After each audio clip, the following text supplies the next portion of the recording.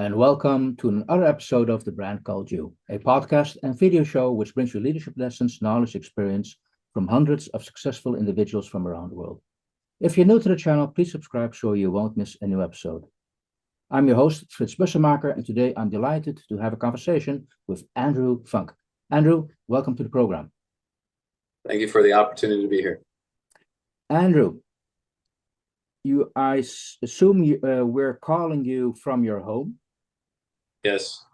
Now, significant, as we're going to talk about home and homelessness. You are a social impact activist for homeless people, the founding president of Homeless Entrepreneur, and you adopted Barcelona as your city. You've been working and living there for quite a number of years, but have an American background. Again, welcome to the program. Thanks a lot. Really appreciate the opportunity, and hopefully we can create some social impact thanks to this interview. Yes. Hey, Andrew, in preparing this presentation, I watched online your TEDx presentation you gave at TEDx Gracia, and that immediately struck me because we're going to talk about homelessness, because you've experienced being homeless yourself. You've been homeless for a year and a half. Yeah. If I look at the background, if you look at your resume, if people looked it up, actually you have quite a strong CV, bio. Still, yeah. How did you end up being homeless? Well, I mean, the simple answer is people become homeless when they don't have enough money to pay rent. Right? That's a simple answer. The more complex answer is I was at a moment in which we raised 300,000 euros for a new company to bridge entrepreneurs and investors. And the partners spent all the money on salaries in 6 months, of which I saw 1,200. So it went from like the best moment to like the worst moment, if you will. Yeah. My son had been born, like I said, and I was excited about getting the company up. Then when you don't have any funds, you can't do anything. That causes stress at home as well. And I ended up in a homeless situation because I didn't have a place to stay. And I could have gone back to the States where I had family, but my son was here in Barcelona. So if I have to choose, I'm going to choose an unstable roof to be close to my son than to have a stable house in another country. So you have to make decisions. Mine was clear. I wanted to be close to my son, and I needed to figure out how to get back on my feet. When you hit rock bottom, you have, they say the last two things you lose on the street, hope and your cell phone. And the reason why your cell phone is because all your contacts and your connection to the world, right? So I had 35,000 contacts on social media. I had an entrepreneurial spirit and the desire to change my life. And so I figured, well, how can I do that? Thanks to my fiance that I'm with right now, she opened up the door for me to get out of my state of homelessness. But in the process, I was actually, figuring out how I could do that by helping myself and then helping others. Because when you lose almost everything, you can focus really on what you love, and no one can hold anything over your head because they literally have nothing to take. Right. So I focused on creating the Homeless Entrepreneur. Yeah. First, it was a movement.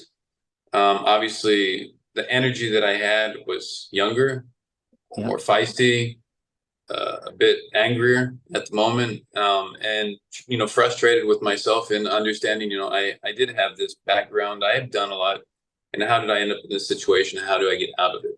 Right. It wasn't because of drugs. It wasn't because of mental health. It was because a financial situation that caused family issues as well. And I had to figure out how to improve my life, and so I focused on building something that could help myself and others. And we've expanded since. First we had to create association, because when you receive money, you have to do that legally. And then afterwards, to create more credibility and also to give fiscal write-offs to organizations, we created the foundation last year. And that was a big step too, because, we had to raise 30,000 euros without any expectation of return on investment, right? So it was just this huge process of, how do I get out of that kind of situation? But homelessness, to keep in mind too, I am in a home, but just because you have a roof over your head doesn't mean that you're not homeless. Women that are experiencing domestic violence are still considered homeless. People that lived in overcrowded houses as well, maybe they're like 20 or 30 people living in a small home, they're still considered homeless. And I even have a good friend, I won't mention her name, but she was living in a mansion. She was going through divorce, and she was sleeping in her car in front. And she's like, Andrew, I never understood homelessness until I was going through my divorce and I was sleeping in my car in front of my mansion. And it has nothing to do with the physical space exactly. It's for us, that's what gives me chills, right? It's when the place that you're living takes more away from your life than the value it adds. And I think that's the best definition of homelessness I can give. It's wherever you're at is when the value it takes more away from you than it actually gives to you. Okay, and to turn that around, so can you then also define a home as any place? It doesn't have to be a physical roof, which gives you more. Well, the expression, the old one, home is where your heart is, right? Yeah. So when your heart's healthy and happy, it's wherever you're at. The expression to feel at home. Yeah. Is quite important, right? So if I was to visit you in the Netherlands and we were friends and we knew each other, it would be like being at home. So I would have the sensation of love and respect and security, right? And unfortunately, you have more than 1 billion people that are homeless around the world. Mm-hmm. Now, in preparing this interview, you also mentioned you have about 30,000 contacts in your iPhone. When I entered in my homeless situation, I had 35,000 contacts on social media. Okay. Now it's above 100,000. But that social network is extremely important, right? Because I didn't have money, but I had credibility. It was hard for me to tell my story, right? Like, how do you tell your friends that you're in a homeless situation? How do you tell your clients that you're in a homeless situation? So I had like a black blazer that was just like the colors were changing because of the sun, right? Like, because I was walking everywhere. I couldn't pay for public transportation. And so, I hurt my knee at the same time as well, because there was just so much wear and tear of that. And it's hard when you're in that situation because you don't want to tell your story, but that story empowers you. But you need time to be able to embrace and understand really what's going on. The first time I told my story was on the back page of Guardia, which is a major newspaper in Catalonia, and that was me like getting undressed, if you will, in front of the world and saying, hey, this is my situation. But it's hard because I was making money. I was working probably 14, 15 hours a day, but I couldn't bring in enough income to pay all the bills that I had to pay. And that's, at the end of the day, that's, if you can't pay to keep it, what do you do? And that's very frustrating. It's very frustrating, especially when you have a small child. Okay, yeah, it raises a couple of questions. I want to first ask the first questions came out to mind, where if you have such a social network, to what extent were you able to couch surf when you realized I can't afford a home myself? Is that would people offer that, or? Well, what happens is you slowly burn your network without wanting to. Yeah. I remember the first night I called someone that I kind of knew and asked if I could stay on his couch. And he's like, yeah, but for how long? Right? And then eventually you have to leave. And then you have to find another place. And there's this uncertainty if people will open their doors, they can or can't, and how long you can stay. And I was going from one place to the next, and it's frustrating because I would wake up at like 6 o'clock in the morning and get back around midnight. And the idea was not to bother anyone. So you get up and leave before anyone's awake, and you come back when everyone's sleeping. But even then, your absence is felt. Yeah, I understand that. But what I also find interesting, because in one of your talks, you talk about society being blind for homeless people. like being invisible. But what you're also stating is you are hiding the fact that you're homeless, and you're almost making yourself as small and as invisible as possible by staying out till 12, leaving for before 6. Exactly. I mean, that was at the beginning, like the first stages of homelessness that I was experiencing. So I think when many people are in that situation, they don't they don't know how to make the right decision, and they need more time as well. So it's easy for me to say that now, Yeah. right? Yeah. But in that moment, I was afraid of telling my story. I was afraid of being rejected, and I didn't realize that that's what I needed to do. I needed to tell my story. I needed to get it out there.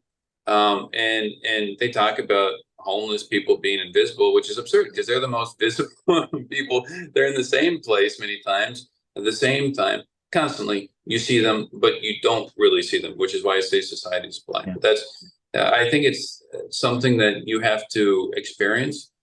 You have to mature. Now I understand that, and we deal with a lot of people through our helpline and our Voices program, telling them the importance of empowering themselves by sharing their story, but not focused on pity, but focused on the desire to improve your life. And when you do that, your network will open up to you. And normally it's the last person you ever expected. Okay. So having that experience yourself, at a certain point, you start to think about, okay, what am I going to do with my life? How am I going to get out of this? You start to think about homeless entrepreneur. Was that an idea? First of all, please describe me what it is, but was it something which came overnight, or was it something you gradually grew on? Oh, I need to do this. Well, I mean, for me, as I was entering homelessness, I was trying to figure out how to get out, right? Like, and as I was doing that, I mean, I remember spending 24 hours in the street without any money before I was, officially homeless, to understand what was going on. And it was sleeping in front of Barcelona Sands, which is the main train station in Barcelona. And it was terrible. Like, I woke up hyperventilating at like 2:30 in the morning, because the lack of security. Like, people from 50 meters away sounded like they were 5 meters away from you, because of the acoustics and the sensation that anyone could rob you, beat you up, do anything, and you could do nothing about it. Yeah, that lack of security is terrible. And then, like, not having money. Like, how do you ask for money from a stranger? And we recorded that 24 hours, and it was just, I just wanted to eat because I was hungry. So, can I have a little bit of money? It was, I don't know. It's humiliating. I mean, that's asking, like, not being able to recognize the value you can give another individual for that exchange. And then, it's just to eat. And then also, like, the excitement when you have enough that you can eat at McDonald's, right? And go in, which is like $2.90, and you're going in with like small change to do it. And then you're thinking, oh, and then my next meal? Yeah. Right? So you're faced, like, poverty for me is like when everything gets spent and burnt really quickly, right? The wealthier you are, the longer you can stretch it out. So that stress of having to come up with the solution constantly, and that uncertainty really gets at you. And so homeless entrepreneur was an obvious answer for myself. Mm-hmm. I was an entrepreneur and I was homeless, and I was the only person that was going to change my situation. So I had to look inside myself, understand what I could do, how I could add value, and how I could get out of my situation. Once I did that, how I could help other people. And that went from helping an individual. Marcus, I actually have something I can show here. He was a poet, and he published a book called Homeless Poetry. And what we did was, for him to pay for his coffee, so I'm not going to invest in your coffee every single day. So he had to write a poem to pay for his coffee. So one poem, one coffee. And that's why the pen is here. The pen is here to help stir, if you will, the coffee that he had. And he was the first person we worked with. He was probably the most complicated person that we had to work with for many reasons. And I found out a month ago that he passed away at 49, I believe, because of health issues and things like that. But that was the beginning. How do you help another individual that was also not accepted by society? And we've gone for helping an individual in Barcelona to another city in Spain, to another country, to another continent. And it's just really trying to understand what homelessness is, what it means to different individuals, and what opportunities can exist as well. Okay, so a homeless entrepreneur is helping others, and that's Empowering others. Okay, empowering others, and just being an entrepreneur in the irrespective of what their business is. Yeah, you have entrepreneurial. It's more the entrepreneurial spirit. Yeah. Right? Okay. Because as we both know, there's a very small percent of society that are really entrepreneurs. Yeah. But the entrepreneurial spirit, because you have to start up, you have to start your life up from nothing. So everybody that's homeless has to have an entrepreneurial mindset to get back on their feet. So you can be an entrepreneur, you can be an intrapreneur, you can do so many different things, but it's the entrepreneurial spirit to take control of your life and start it up again. So yeah, does that translate into just coaching people, being a sounding board, showing them in the right direction? What? The way that it works is we have various programs, 3/4 programs. The first one's a helpline. So as you have a map of the world behind you, we have people calling us from all over the world to find local resources. Thanks to technology now, Connects Hub, we're able to have a landline in up to 10,000 cities. So that means we don't have to buy a new smartphone, we don't have to buy a new SIM card, and we don't have all these extra operative costs. And also there's more trust because people can call a local phone number and speak with us, which is quite nice. So that helpline helps us learn about the people, collect data to understand the situation, and then connect them to local resources. Then we have a Voices program. It used to be called Homeless Voices, but a lot of people don't want to recognize they're homeless. So that kind of turned them away. So we just call it Voices now. And I'll give you a good example. I was doing a workshop with Ukrainian refugees in Davos. And I asked them a question. I said, well, when you think of homelessness, what do you think about? They're like, dirty, poor, and trash. And then I said, are you aware that you're homeless? And that was just like, their brain went all over the place there. Because a lot of people just don't accept they're in a situation like that. So we got rid of that name, but it's still the same program, Voices. So it gives people 40 seconds to tell their first name, their current city, their situation, and what they're looking for. Then we have the HELP program, which is a holistic program from 3 to 12 months that helps them become active working citizens. So anywhere from professional development, health, housing, education, finance, legal, sales, communication, and a mentor. And our main sponsor is right now, our biggest sponsor is IBM. Okay. So they're leading what we're doing as well. So that's how we help people. It was empowering people out of poverty. That was the latest slogan we had. The first one was talent can change your life. Then it was homelessness exists, opportunities too. And then that went into empowering people out of poverty. But then we're like, it's not just about empowering people out of poverty, because we want to empower you as the person interviewing us. We want to empower the volunteer. We want to empower the listener. So it's empowering people, because that bidirectional communication and action and exchange of value is, I think, where we add differential value as an organization, because many times it's one directional. And we want to make sure that it's bidirectional, so that way the person that provides support receives more perceived value than what they put in. Got it. Why, so far in this discussion, and also in my preparation, I haven't seen any role for governments. Governments.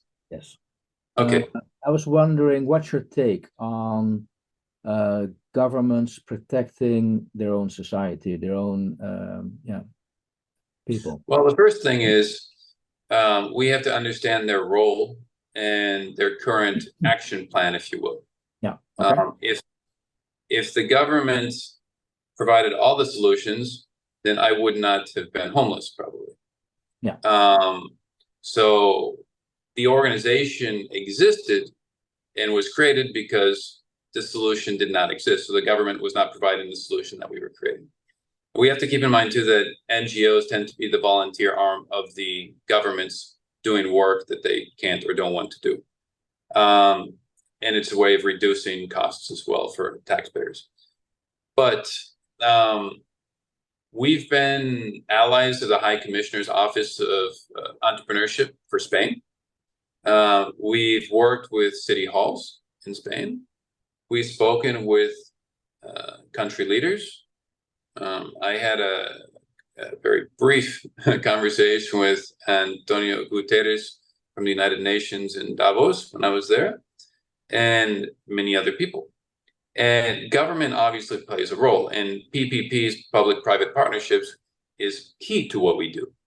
But the reality is, it takes much longer to deal with government, right? It takes much, much longer. And they're mainly focused on assistance. So the role that we have is, how do we inspire governments to change the percent of the focus of assistance and empowerment? And how do we rework that? And in order to do that, for example, I'm flying to Brussels next week to have conversations with people that are members of parliament, ambassadors, and politicians and businessmen, because we're trying to inspire them through an EU report we've created. So it's the governments play a key role, but they need to rework their focus, in my opinion, to empower people out of poverty instead of creating like the universal basic income, which is paying someone something for nothing, and you get what you put in. So I think there are many different stakeholders and interests that are kept in mind, which makes it challenging sometimes for governments.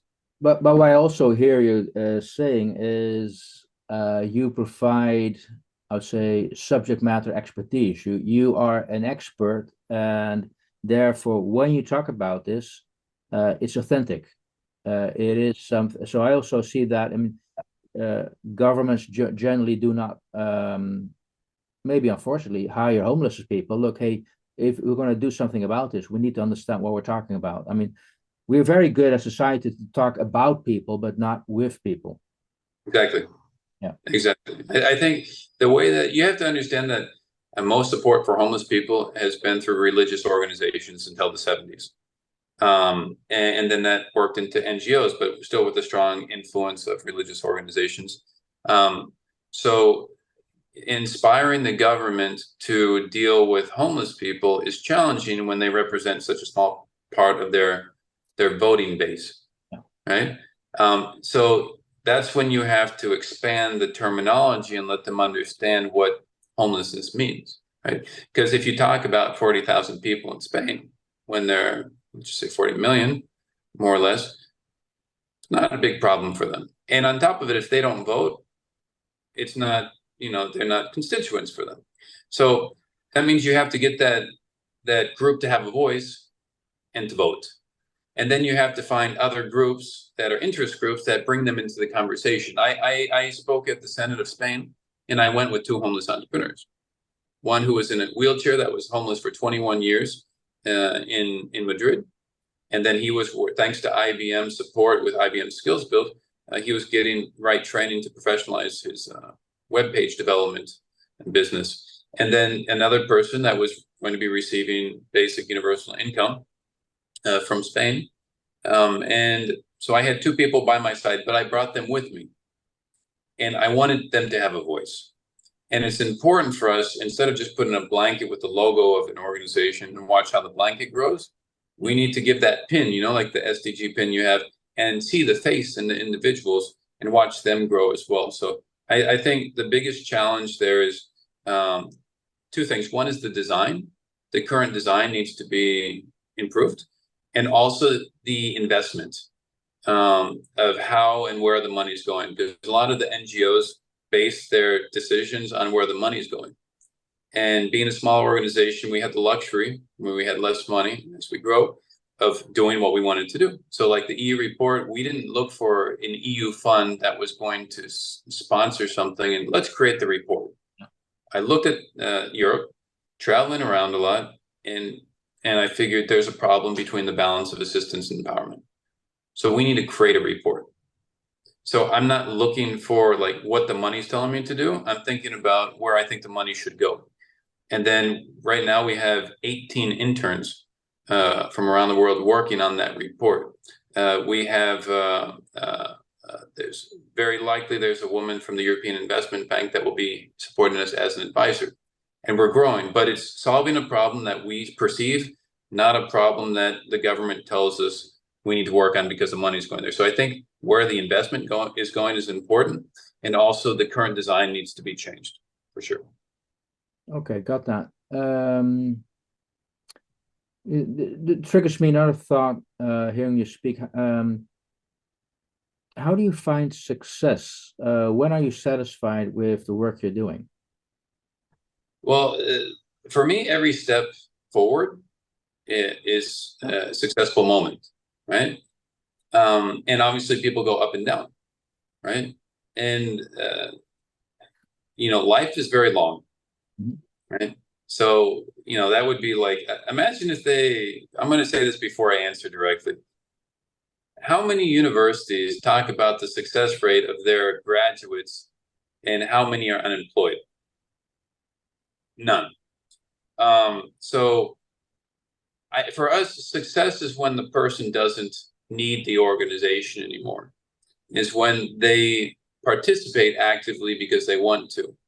But most importantly, they're active working citizens, which is they're doing their life and they include us in it, not because they need it, but because they want it. So there are so many ups and downs in everybody's life, homeless or not homeless, that for us, you have a success story is an inspirational success story that can be copied and used as a model to inspire other organizations and other people. I can get out like that. That's a success story. And to improve someone's life significantly, like you'll see on the webpage with 429 lives, it's someone that was able to advance in a way that could be seen as an asset. So maybe they learn something new, maybe they receive something valuable that can help them grow, but a sustainable growth, not giving someone a sandwich, right? So when they've grown in a way that empowers them to be independent, we consider that successful progress. And when they've done something that can inspire those after them, we consider that a success story. Okay, small steps at the same time, but also you're making people aware of to also appreciate the smaller things. It's not just about the big things in life. Gratitude. We were speaking with the university about doing it. They said they're interested in doing it, and basically it's studying the elasticity of gratitude and the relationship between poverty and wealth. So the more gratitude you have, the longer you can stretch friendship, money, and anything that you have. But when you don't have a relationship based on gratitude, it breaks. And when it breaks, you enter poverty or a poor mindset. Okay. Hey, do you have a North Star, something which guides you, which inspires you? Well, there are different answers to that one. I think if you ask me tomorrow, I'll probably respond differently than the next day because, for me, it's a lifestyle. And when I was in college, I always said I wanted to write a great book because I studied literature and economics, either write a great book or have a great life that someone could write a great book about. At the end of the day, my father told me, if you don't add value to society, don't expect anything from it. Another driving factor is I want to see if I can live in a world in which I don't need money because the value I provide to the people around me surpasses what I could pay, and it would be more expensive if I had to. But I just think, I would like to leave a small dent in the universe in the sense of how can I do something that adds value and also lead as an example for my children so that way they can grow and be better than I am. Okay. Andrew, unfortunately, I mean, this interview, this discussion, it's the time is flying at the moment. I just want to finish with one final question, if I may. What's your advice you would give the young people listening to this audience, or maybe actually anybody out there? Is there anything you hey, this is something I want to give you? Wow, that's a very intense question. I would tell people that they should do at least one inspirational thing each week that they're excited to share with their friends and family. Because if you do something inspirational and you're thinking about it, then you're going to excite other people around you in a positive way. And it could be something as simple as, making someone smile. It could be something as simple as doing what you're supposed to do properly and well. It could be you finished something. It could be you started something.